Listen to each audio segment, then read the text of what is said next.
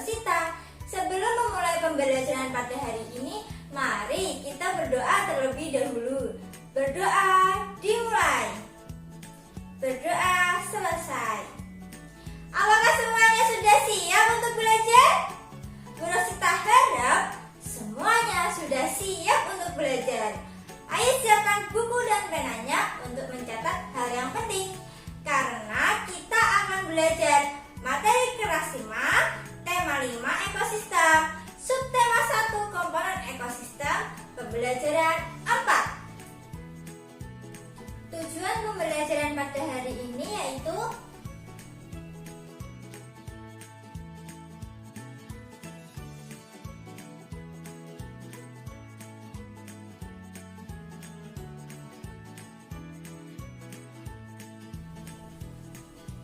anak-anak, pada awal pembelajaran ini, coba kalian simak dulu 3 orang sahabat yang sedang berdiskusi. Lihatlah peta Indonesia itu. Aku bangga dengan Indonesia. Bagiku, tidak ada negara seunik negara kita. Aku tidak menyangka negara kita memiliki pulau sebegitu banyaknya. Pasti hal itu akan mempengaruhi cara hidup penduduknya, bukan? Ya, tetapi apa makna kalimat tersebut? Indonesia sebagai negara maritim? Bagaimana kalau kita mencari tahu? Anak-anak, apakah kalian menjadi penasaran apa itu negara maritim? Apakah ada yang kalian tanyakan? Jika ada, silakan anak-anak bisa menanyakannya lewat grup WhatsApp kelas 5. Oke, sekarang kita obati penasaran kalian. Mari kita belajar lebih lanjut. Kita akan belajar tentang Indonesia sebagai negara maritim dan agraris. Sekarang kalian bisa membuka buku siswa halaman 29. Kalian bisa membaca dalam hati serta menyimak ibu guru membaca. Indonesia sebagai negara maritim dan agraris. Indonesia memiliki kondisi geografis yang unik di antara negara-negara yang ada di kawasan Asia Tenggara. Perhatikan dengan seksama peta Indonesia tersebut.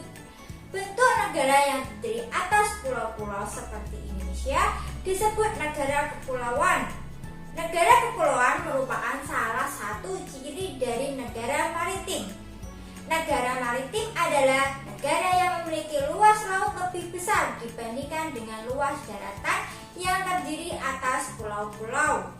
Oleh karena itu, penduduk yang tinggal di negara maritim banyak memanfaatkan sumber daya kelautan untuk memenuhi kebutuhan hidupnya. Kita bisa melihat dari peta Indonesia tersebut. Dari peta tersebut dapat dilihat bahwa laut Indonesia lebih luas daripada daratannya. Selain sebagai negara kepulauan dan maritim, berdasarkan kondisi geografisnya, Indonesia juga merupakan negara agraris. Negara agraris adalah negara yang sebagian besar penduduknya bekerja sebagai petani yang mengolah lahan pertanian. Sebagai negara agraris, tentu saja negara Indonesia memiliki lahan yang subur yang cocok untuk pertanian dan perkebunan. Perhatikan kembali peta Indonesia tersebut. Jika diperhatikan, negara Indonesia memiliki banyak sekali gunung berapi yang masih aktif. Abu vulkanik gunung berapi dapat menyuburkan tanah yang berada di sekitarnya. Tanah yang subur merupakan sumber daya alam yang penting untuk pertanian dan perkebunan. Keberadaan negara Indonesia sebagai negara tropis juga sangat menguntungkan. Hanya 2 musim, yaitu musim kering atau musim kemarau dan musim basah atau musim hujan, membantu para petani dan nelayan Indonesia untuk bekerja. Kekayaan laut dan pertanian merupakan sumber daya andalan Indonesia. Dari teks bacaan Indonesia sebagai negara maritim dan agraris, apa pokok pikiran dari paragraf pertama? Kalian bisa mengembalikan video ini pada menit sebelumnya dan membaca ulang paragraf pertama dari teks bacaan tersebut. Atau kalian juga bisa membaca di buku kalian. Apa kalian sudah menemukan pokok pikiran pada paragraf pertama? Mari kita ingat tentang pengertian pokok pikiran. Pokok pikiran adalah ide utama yang dibahas dalam suatu paragraf yang menjadi pokok pengembangan paragraf. Pokok pikiran memiliki istilah lain yang sama artinya, yaitu ide pokok dan gagasan pokok. Cara menentukan pokok pikiran yaitu yang pertama, membaca kalimat dalam paragraf satu demi satu. Yang kedua, menandai kalimat yang menjadi kalimat utama. Yang ketiga, menandai pokok pikiran pada kalimat utama. Sekarang, ayo mari kita menentukan pokok pikiran dari informasi penting bacaan dari teks bacaan Indonesia sebagai negara maritim dan agraris. Ini adalah paragraf pertama dari bacaan yang berjudul Indonesia sebagai negara maritim dan agraris. Terdapat 6 kalimat pada paragraf pertama. Dari kalimat 1 sampai 6, isinya berbunyi kondisi geografis negara Indonesia seperti kalimat yang pertama. Sehingga kita dapat menyimpulkan pokok pikiran pada paragraf pertama, yaitu Indonesia merupakan negara kepulauan dan negara maritim. Lalu, apa informasi pentingnya? Informasi pentingnya yaitu yang pertama, Indonesia terdiri dari atas pulau-pulau. Yang kedua, negara kepulauan merupakan salah satu ciri dari negara maritim. Yang ketiga, negara maritim adalah negara yang memiliki luas laut lebih besar dibandingkan dengan luas daratan yang terdiri atas pulau-pulau. Dan yang keempat, penduduk yang tinggal di negara maritim banyak memanfaatkan sumber daya kelautan untuk memenuhi kebutuhan hidupnya. Setelah kita menemukan pokok pikiran dan informasi penting pada paragraf pertama, cobalah kalian cari pokok pikiran dan informasi penting untuk paragraf kedua dan ketiga. Setelah menemukan pokok pikiran dan informasi penting dari tiap-tiap paragraf, sekarang kita membuat ringkasan berdasarkan bacaan. Jadi ringkasan ini bisa kalian tuliskan dari pokok pikiran atau kalimat utama dan informasi-informasi penting dari tiap-tiap paragraf. Tadi kan dari paragraf pertama kita sudah menemukan kalimat utama dan informasi pentingnya. Untuk informasi pentingnya kita bisa pilih informasi yang paling penting agar terlihat lebih ringkas. Setelah kalian meringkas paragraf pertama, kalian bisa melanjutkannya pada paragraf kedua dan ketiga. Setelah kalian mengetahui apa itu ringkasan, siapa yang tahu apa itu ringkasan? Iya, benar. Yuk kita simpulkan bersama. Ringkasan adalah suatu penyajian karangan atau tulisan dalam bentuk yang lebih ringkas atau singkat dengan mempertahankan urutan tertentu. Pada ringkasan ini, kalian bisa menuliskan pokok pikiran atau kalimat utama dan kalimat penting dari tiap-tiap paragrafnya. Dengan menggunakan peta, kamu dapat mengetahui kondisi geografis sebuah negara, termasuk penampakan alamnya. Perhatikan dua penampakan alam berikut. Jika kalian memiliki pertanyaan dengan penampakan alam tersebut, silahkan kalian tanyakan pada grup WhatsApp kelas ya. Sekarang Ibu ingin bertanya, tahukah kamu nama penampakan alam tersebut? Ya benar, dengan mengetahui penampakan alam, kamu dapat mengetahui potensi sumber daya alam yang tersedia dan mata pencarian penduduk yang ada di sekitarnya. Penampakan alam tersebut yaitu daerah pegunungan. Sumber daya alamnya yaitu mata air pegunungan, sayur-sayuran, buah-buahan seperti stroberi, dan tanaman hias. Mata pencariannya yaitu petani perkebunan. Di peta, daerah pegunungan berwarna coklat. Lalu apa nama penampakan alam tersebut?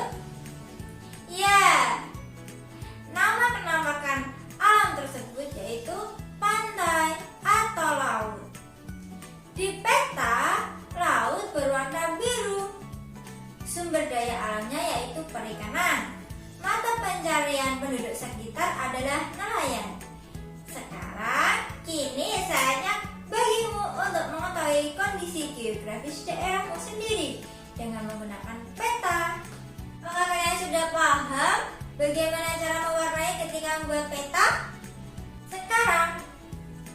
kita simpulkan bersama. Warna hijau digunakan untuk daerah dataran rendah yang memiliki ketinggian kurang dari 500 meter di atas permukaan air laut. Warna biru untuk wilayah perairan bisa berupa sungai, danau, maupun laut. Warna coklat, oranye, dan kuning untuk daerah dataran tinggi. Tingkat warnanya menunjukkan ketinggian wilayah tersebut berurutan dari warna kuning. Maka semakin gelap warna yang ditunjukkan, akan semakin tinggi pula wilayah yang disimbolkan. Dan yang terakhir yaitu warna putih. Warna putih ini menunjukkan lapisan es atau gletser yang ada di permukaan bumi. Biasanya yang paling banyak warna putihnya yaitu ada di daerah kutub. Anak, masih ingatkah kalian dengan peristiwa Sumpah Pemuda? Kira-kira apakah kalian mempunyai pertanyaan tentang peristiwa Sumpah Pemuda? Jika ada, tanyakan di grup WhatsApp ya. Dulu kita pernah mempelajari bagaimana proses dan peristiwa Sumpah Pemuda bisa terjadi. Nah, bagaimana menurutmu peristiwa itu bagi negara Indonesia? Ayo, kita lanjut belajar lagi. Salah satu pesan penting dari peristiwa tersebut yaitu pentingnya persatuan dan kesatuan untuk negara merdeka dan berdaulat. Walaupun negara kita sudah merdeka, tetapi usaha kita untuk mempertahankan persatuan merupakan usaha yang harus terus-menerus dilakukan. Mengapa demikian? Karena usaha mempertahankan Indonesia memiliki sejarah yang panjang. Kita akan menggali lebih dalam tentang sejarah usaha mempertahankan Negara Kesatuan Republik Indonesia. Sekarang ada 2 foto. Siapakah yang tahu mereka? Ya, benar. Mereka adalah Dr. Wahidin Sudirohusodo dan Dr. Sutomo. Ya anak-anak, sekarang kalian bisa membuka buku siswa halaman 33. Kalian bisa membaca dalam arti teks usaha pertahanan Negara Kesatuan Republik Indonesia dan menyimak ibu guru membacakannya. Pemikiran tentang pentingnya persatuan dan kesatuan bangsa untuk mewujudkan negara yang berdaulat tidak lepas dari pengaruh berdirinya organisasi Budi Utomo. Budi Utomo berdiri pada tanggal 20 Mei 1908. Organisasi itu berdiri berdasarkan pemikiran seorang lulusan sekolah dokter Jawa, Stovia, bernama Dr. Wahidin Sudirohusodo. Dr. Wahidin Sudirohusodo ingin mengubah cara berjuang rakyat Indonesia dari perjuangan fisik kepada cara perjuangan melalui pendidikan. Ide ini menarik perhatian seorang mahasiswa Stovia bernama Sutomo, yang pada akhirnya mendirikan organisasi modern pertama di Indonesia bernama Budi Utomo. Perjuangan Dr. Wahidin Sudirohusodo dan Dr. Sutomo adalah berusaha membangkitkan kesadaran masyarakat Indonesia kala itu terhadap pentingnya persatuan dan kesatuan bangsa tanpa perlu mempermasalahkan perbedaan agama dan suku. Keberadaan Budi Utomo telah menumbuhkan semangat dan menandai terjadinya kebangkitan bangsa secara nasional. Sementara kebangkitan pemuda Indonesia ditandai dengan peristiwa Sumpah Pemuda pada tanggal 28 Oktober 1928. Pada kenyataannya, semangat persatuan dan kesatuan selalu mendapatkan tantangan. Tantangan ini berupa perlawanan dari bangsa asing maupun tantangan dari warga negara Indonesia yang tidak menginginkan persatuan bangsa. Untuk melawan kekuatan asing, muncullah perlawanan-perlawanan masyarakat di segala penjuru Indonesia yang melahirkan tokoh-tokoh yang gagah berani. Jenderal Sudirman dan Bung Tomo merupakan 2 sekian banyak tokoh nasional yang terkenal berani melawan kekuatan asing yang mengancam kesatuan negara Indonesia. Kedua tokoh tersebut berjuang sekuat tenaga untuk mempertahankan kemerdekaan Indonesia yang telah diproklamasikan pada tanggal 17 Agustus 1945. Pada masa kini, usaha mempersatukan bangsa sering terancam oleh gerakan-gerakan dalam masyarakat Gerakan Aceh Merdeka di Aceh, dan Gerakan Organisasi Papua Merdeka di Papua merupakan masyarakat yang ingin memisahkan diri dari NKRI pada masa Orde Baru. Setelah masa Orde Baru selesai, digantikan oleh masa reformasi. Para pemimpin nasional pada masa itu berusaha keras melakukan perundingan-perundingan untuk meredam aksi perpecahan tersebut. Kiai Haji Abdurrahman Wahid, Presiden keempat Indonesia, merupakan salah satu tokoh nasional yang membantu upaya perdamaian untuk mengatasi perpecahan tersebut. Begitu ya sejarahnya. Makanya dengan sejarah yang begitu rumit dan perjuangan yang keras sampai berdarah-darah, kita wajib mempertahankan persatuan dan kesatuan dengan baik. Terdapat banyak cara untuk mempersatukan bangsa Indonesia sebagai negara kepulauan yang besar ini. Sikap bangsa Indonesia yang terbuka merupakan salah satu sikap yang sangat penting dalam persatuan bangsa. Di dalam kehidupan sehari-hari dari dulu hingga kini, terdapat banyak peristiwa yang menunjukkan usaha-usaha yang menunjukkan persatuan bangsa.